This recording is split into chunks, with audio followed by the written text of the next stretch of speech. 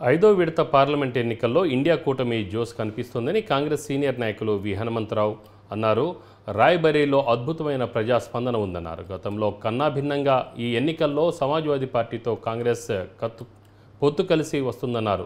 రెండు పార్టీల కార్యకర్తలు, నేతలు కలిసి పనిచేస్తున్నారని తెలిపారు. గాంధీ కుటుంబం రాయ్‌బరేలీ నుంచి పారిపోతుందని మోడీ అనడంతో అక్కడ కాంగ్రెస్ గ్రాఫ్ ఇంకా పెరిగిందన్నారు. తప్పకుండా ఇండియా కూటమి గెలిచే అవకాశాలు కనిపిస్తున్నాయని ధీమా వ్యక్తం చేశారు. రాహుల్ గాంధీ ప్రధాని కాబోతున్నారన్నారు. రేపు యాంటీ టెర్రరిజం డే సందర్భంగా మాజీ ప్రధాని రాజీవ్ గాంధీ 33వ వర్ధంతిని నివాళులు కార్యక్రమం నిర్వహిస్తున్నామని తెలిపారు. భారతదేశం మొత్తంలో పార్లమెంట్ ఎన్నికలు, కొన్ని రాష్ట్రాలలో అసెంబ్లీ ఎన్నికలు కూడా జరుగుతున్నాయి. ఇది ఐదో విడత. గత 5 రోజులు రాయ్‌బరేలీ, అమేథీలో అక్కడ క్యాంపెయిన్ చేయడం, అదేవిధంగా కొన్ని ప్రాంతాలలో మాట్లాడడం కూడా జరిగింది. ఆ తర్వాత ప్రియాంక గాంధీ వచ్చి ఆ సభలో ప్రజలను ఉత్తేజపరిచిన సంగతి నేను కళ్ళారా చూసిన. రాయ్‌బరేలీలో ఎన్టీపీసీ వచ్చింది, అదేవిధంగా all India institute of medical sciences వచ్చింది. ఈ విధంగా చూస్తే ఎన్నో రోడ్లు ప్రజలకు అనుకూలంగా పనులు కూడా జరిగినాయి. అది ప్రతి ఒక్కరు కూడా సోనియా గాంధీ గారు వచ్చిన తర్వాత మాకు చాలా అవకాశాలు వచ్చినాయని కూడా చెప్పడం జరిగింది.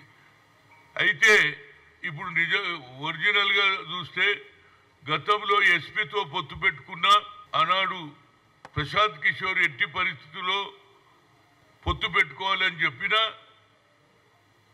అటు ఎస్పీ కార్యకర్తలు కానీ ఇటు కాంగ్రెస్ కార్యకర్తలు కూడా సర్దుకోలే.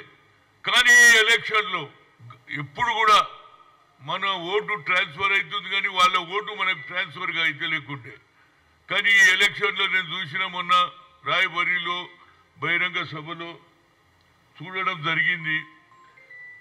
ఏది ఎక్కువ సంఖ్యలో ఎస్పీ కార్యకర్తలు, అదేవిధంగా కాంగ్రెస్ కార్యకర్తలు కూడా రావడం జరిగింది.